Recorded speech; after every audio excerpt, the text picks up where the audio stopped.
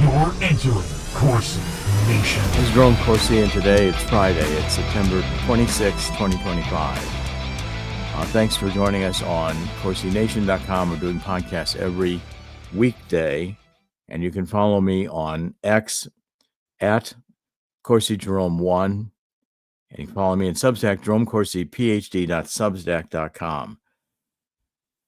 Now, yesterday, it was announced that James Comey, former head of the FBI, director of the FBI, was indicted for lying to Congress. I mean, he committed many more crimes than that, but at least they got him on lying to Congress.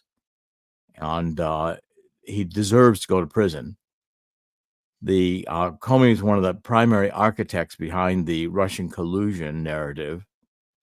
And those of you who know, remember, I was deeply involved in this. The deep state tried to destroy me. What they did was they decided I had the key tie to Julian Assange. That was the Russian collusion link. If you remember, the DNC, Democratic National Committee, had emails stolen, and Hillary charged they were stolen by the Russians, and they were going to give it. They gave the Russians then supposedly gave them to Julian Assange. Assange was using these emails to destroy Hillary's campaign. This was Hillary's idea. It wasn't true at all. I mean, first of all, the Russians didn't steal the emails. Seth Rich stole the emails. It was an inside job, and I've argued that extensively. We're going to cover in my book here, Coup d'etat, which I wrote in 2020, arguing, in fact, that Obama had conducted a coup d'etat against Trump in an attempt to really destroy his presidency. I mean, to remove a sitting president, duly elected from office, is a coup d'etat, treason. And there's no statute of limitation on treason.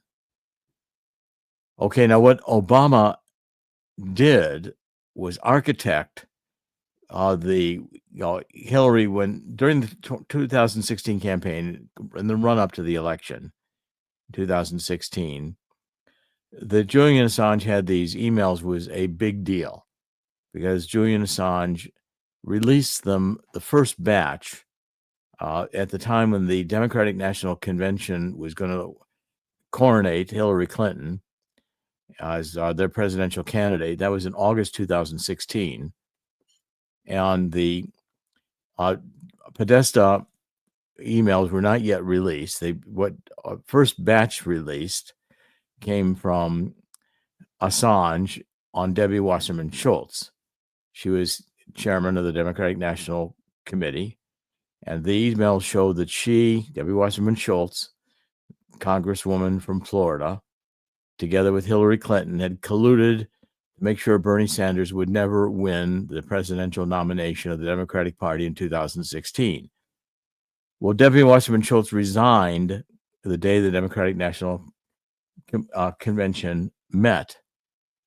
The day the gavel came down to open the convention, there's beautiful Debbie Wasserman, as rotten as they come, as completely corrupt and criminal as they come. These two, she and Hillary, had done the super delegate routine, and they made sure that Hillary was going to be the candidate. So Debbie Wasserman Schultz resigns. The Bernie Sanders people walk out of the convention, basically, and Hillary has a internal mess on the Democratic Party rather than a televised coronation. And then Assange said he had another batch of emails, and he was going to release them later, and they were going to be even more damaging to the Democrats, to Hillary Clinton's campaign. So everybody says, okay, what does Assange have? What's this next batch of emails going to be? Well, I figured it out. I figured out it was going to be Podesta's emails, because I knew Podesta. I never met him, but I've watched him. I've been in meetings where I've observed him, studied him. I know he is as much a devious Democratic operative as they come. Made a lot of money, all kinds of questionable things about his background. And Podesta's emails would be the mother lode if you were Seth Rich and were, sympathetic to Bernie Sanders and you got into the Democratic National Committee's email server, the mother lode of emails would have been Podesta's. So I figured out that's what Assange had to have, and I was right. And then I figured that out on a trip to Europe. It was our 25th anniversary of my marriage. We went to Italy, and on the flight over, I figured out that Assange had Podesta's emails. And then when we got to Milan, I emailed that to Roger Stone. I said, the word is, I mean, it sounded like I had a source. So the word is that Assange has got Podesta's emails, and here's what would be in them. I said, number one, they would show that Hillary had a neurological condition like epilepsy. She was wearing a special lens in her glasses to prevent her from having these seizures. She actually had a seizure when she was at the 9/11 celebration that year, and they had to throw her basically into her van. The Secret Service threw her in the van like a side of beef, and she was out. I said she would be angry and screaming. Here's a picture of her screaming. She's full of rage and hatred. She's a Marxist. She can't believe why she wasn't president. She feels cheated that she had to put up with Bill Clinton. That she was really the power behind the throne. She's bisexual. I think both the Clintons probably are. Or maybe trisexual. I don't know. Maybe they like animals too. I have no idea what they like. But I do know that she is bisexual and that Obama likes men. And again, these are all kinds of things I've been writing about and proving for years. Not that it really makes any difference. But the point is they lie. And I said, also, she is lazy as a campaigner. Nobody likes her. She can't get a theme together. Her rage comes out. So it turned out I was right, not only that the emails were Podesta's, but I had specifics that were in the emails, although I was just being able to put the pieces together without having any source. So when the Mueller investigation got me as the last witness, this was that they rang my doorbell on August 28th, I believe, 2018, just a few days before my birthday. And I was going to be 72 that year, I believe. And they decided to put me through the ringer when they couldn't find a source. And when I had no source, kept telling them that, they said they're just going to charge me with lying. They're going to indict me before a jury in Washington, D.C., and I go to prison the rest of my life, whether I was guilty or not. Or I could take a plea deal and say, yes, I did lie to them. I had a source, and I wasn't going to disclose the source or whatever, but I had one, and that would have made their Russian collusion case, because it would have been, Assange to me, to Roger Stone, to Trump, and then the emails from Podesta would have been used in the last days of the campaign to hurt Hillary when Podesta, realized what was in them and the world realized what was in those emails. And Assange released them drip by drip by drip, a few every day, the last couple of weeks of the campaign.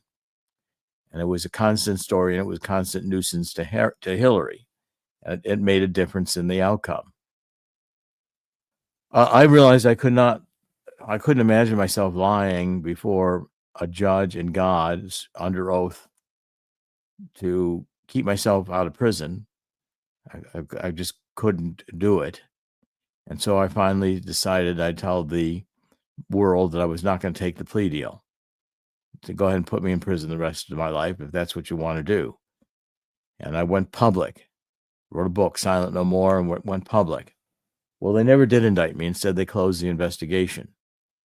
And now we're getting the beginning. Now, of course, the Democrats are going to say this is just Trump going after his political enemies. It's just reverse Trump weaponizing the Justice Department. No, these people are criminals.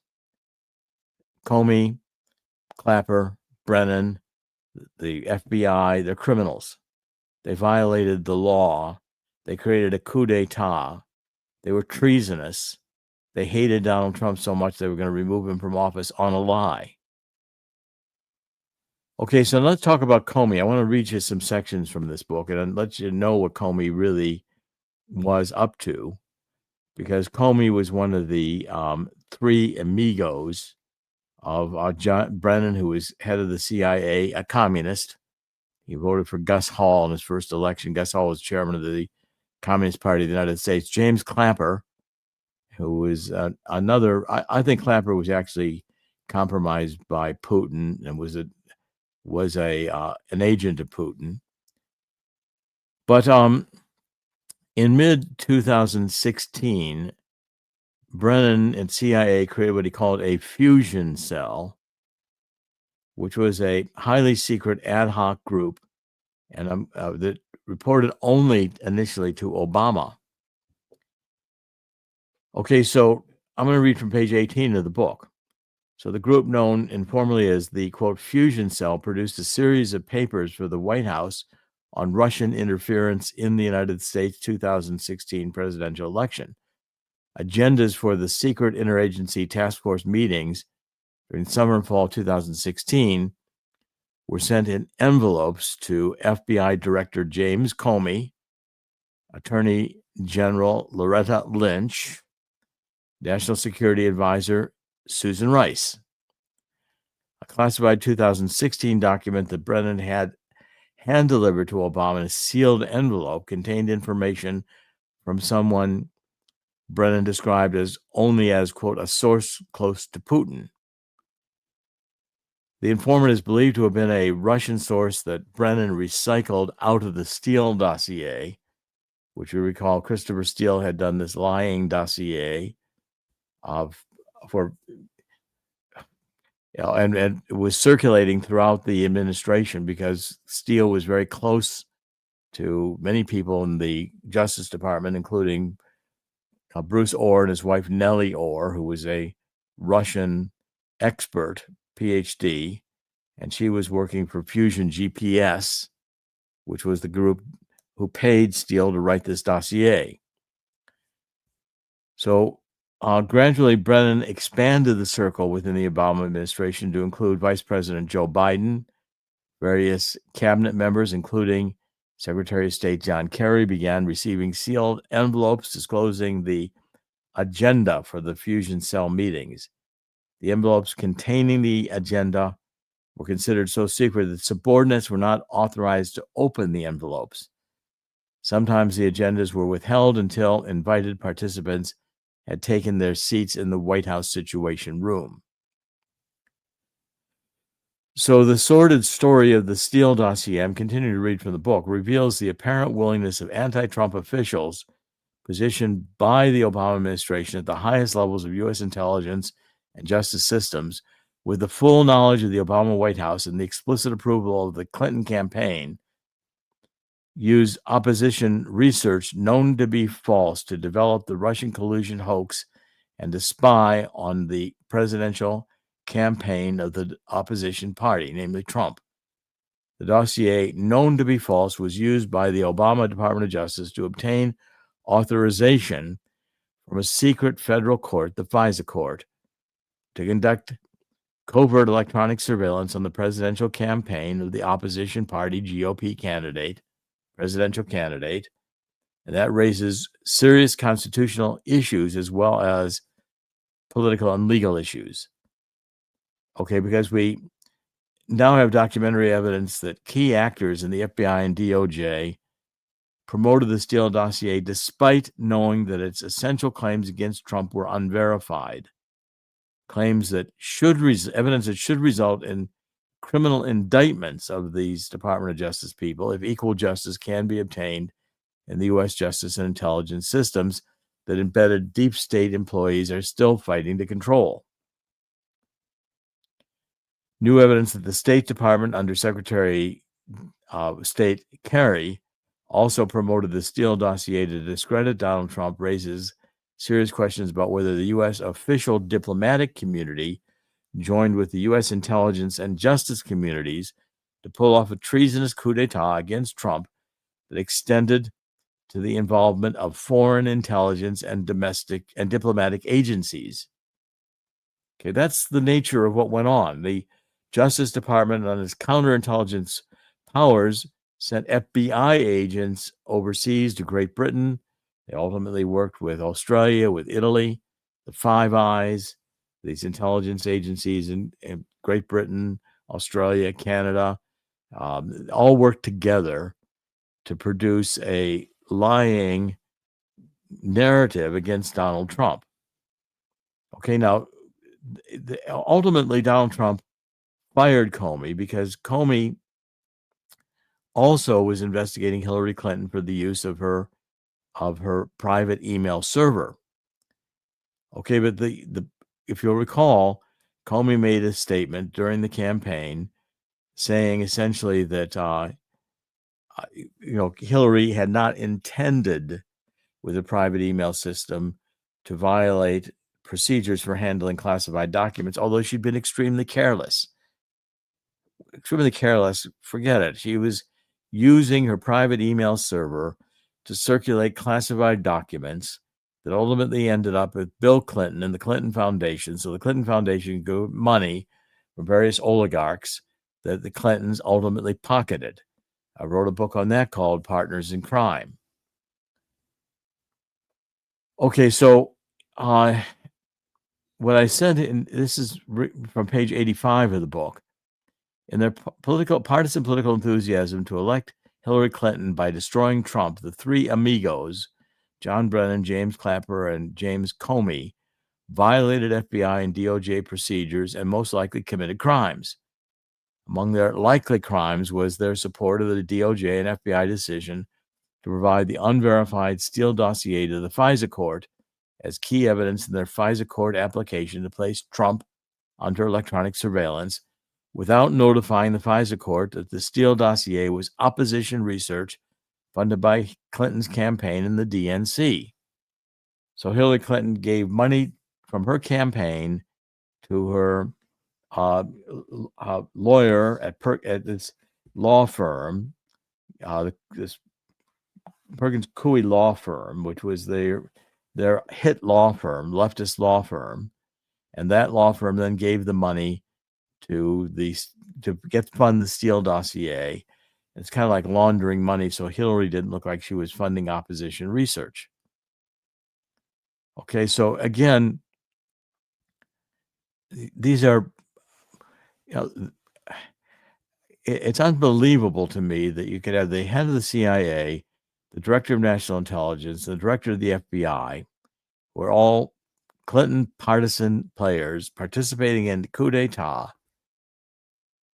in order to use false information they knew was false, to go after, to frame Carter Page, to do electronic surveillance through the FISA court authorization, and then to ultimately try to accuse Donald Trump of Russian collusion, on which they would not only impeach him, but charge him with treason. This is the heart of the darkness that we're dealing with. And what astounds me so much is, again, that the mainstream media is not going to tell the people the truth. They're going to say, oh, this is just Trump weaponizing the Justice Department to go after his political enemies.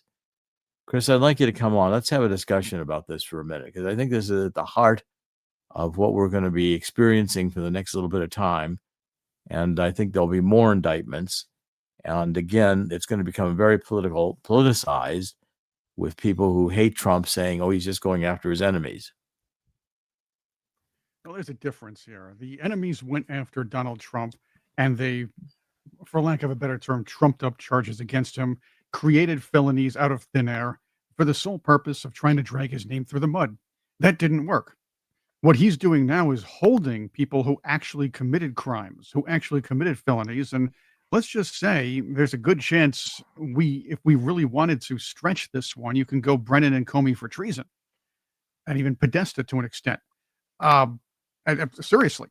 And this is just holding these people accountable, not really going after political enemies, but holding people accountable who tried to alter the outcome of an election.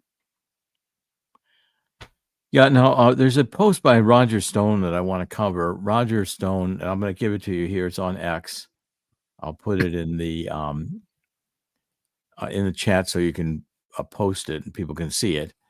It's right here. And Roger Stone is saying essentially that he was in charge with lying to Congress. And if that's the crime that Roger Stone has committed, why doesn't Roger Stone get the nighttime or early morning raid by the FBI with 29 heavily armed FBI agents storming his house? That's what they did to Roger Stone. Make it look like he's a major criminal, because he supposedly lied to Congress. Well, if Comey's charged with lying to Congress, why doesn't Comey get the similar raid? And again, it's the politicalization of the FBI and Department of Justice was under Obama and Biden. Trump's just trying to rectify it. Chris? Well, again, this is what we're seeing. I'll repeat what I said before. These people trying to alter the outcome of an election. They tried to keep themselves in power because they knew that they had a losing candidate on their hands. So keep in mind, this candidate almost lost a primary to an old socialist. It was supposed to be Hillary's turn. They owed her. They pulled out any stop. And then afterwards, when Trump tried to run again in 2020 and 2024, all this information was used to push against him. So again, I believe that look, the people voted Donald Trump in to hold people like this accountable, hold people like Brennan accountable, to hold people like Podesta, Schultz, Schiff. Those people need to be held accountable, and that's what it is. So these are people who flew either under the radar or above the justice system for long enough. And this is why people decided to elect an outsider, somebody who was never involved in politics but kind of knew what they were up to.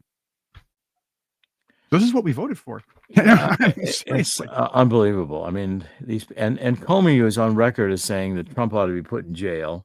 Of course, very sanctimonious, and at that time he was getting all the news attention in the world, and everybody in the mainstream media was parroting the Russian collusion lies as if they were truth. And it's, to me, shocking. We've got to get more indictments. This should be only the first. Now, I also want to do one more part here, at least one more, on there was a Grassley and Graham memo that came out of the Judiciary Committee in January 4th, 2018. The memo was declassified and made public despite the objections of the FBI. So Senator Grassley, who was chairman then of the Committee on the Judiciary, and Lindsey Graham, chairman of the Judiciary Committee's Subcommittee on Crime and Terror, expressed dismay over the way the DOJ had relied upon the Steele dossier without independent verification to frame the charges against Carter Page and its 4 FISA court applications. Quote, the bulk of the applications consist of allegations against Page that were disclosed to the FBI by Mr. Steele and also outlined in the Steele dossier, Grassley and Graham wrote. The application appears to contain no information corroborating the dossier allegations against Mr. Page, although it does cite a news article that appears to be sourced to Mr. Steele's dossier as well. Now, again, what the Grassley and Graham memo said was that Comey, in his sworn testimony before the Senate Select Committee on Intelligence in June 2016, disclosed the fact that he had briefed President-elect Trump on the Steele dossier in January 2017, the contents of which Comey described as salacious and unverified. Okay, that Comey actually wore a wire to do that, and he was trying to get Trump to make statements that would incriminate Trump even before the inauguration in 2017 March. I'm sorry, January 20th, 2017. And the memo, Grassley and Graham memo, said, when asked at the March 2017 briefing, following the release of 2 FISA applications to the chairman and ranking member of the Senate Judiciary Committee, why the FBI relied on the dossier and the FISA applications absent meaningful corroboration and in light of the highly political motives surrounding its creation, then Director General Comey stated that the FBI included the dossier allegations about Carter Page in the FISA applications because Mr. Steele was considered reliable due to his past work with the Bureau. Well, that might be, but, they knew that what was in the dossier was trash. The FBI stated, this again continues from the memo, the FBI stated to the FISA court that, quote, based on Steele's previous reporting history with the FBI, whereby Steele provided reliable information to the FBI believes Steele's reporting to be credible. In short, it appears that the FBI relied on an admittedly uncorroborated information funded by and obtained for Secretary Clinton's presidential campaign in order to conduct surveillance of the opposing presidential candidate. It did so based on Mr. Steele's personal credibility, presuming having faith in his process of obtaining the information. It's just incredible what went on in this period of time. And today I'm hoping that, in fact, we're going to get some justice here, and that we don't have another jury in Washington, D.C. that acquits Comey because he is a Clintonite with, attachment to Obama. And if District of Columbia is now so politically corrupt that you can't get a fair trial, the venue should be changed. It should be moved to a place where you can get a fair trial and these guys can get convicted for their crimes. So I'm essentially going to wrap it up today. I think it's one of the days, it's an emotional day for me because I've gone through hell after my wife supported me during the investigation. She actually woke up one day when I was trying to decide whether I could take the plea deal or not, and she said that I would rather visit you for the rest of your life in prison than have you not be the man I married. Well, that was deciding, and the deciding factor in my saying I'm not going to take the plea deal. Because if my wife was willing to go through that, I thought I will fight this case out, even if I go to prison. And I fully expected to go to prison until they ended the Mueller investigation because they couldn't get the Russian collusion piece proved.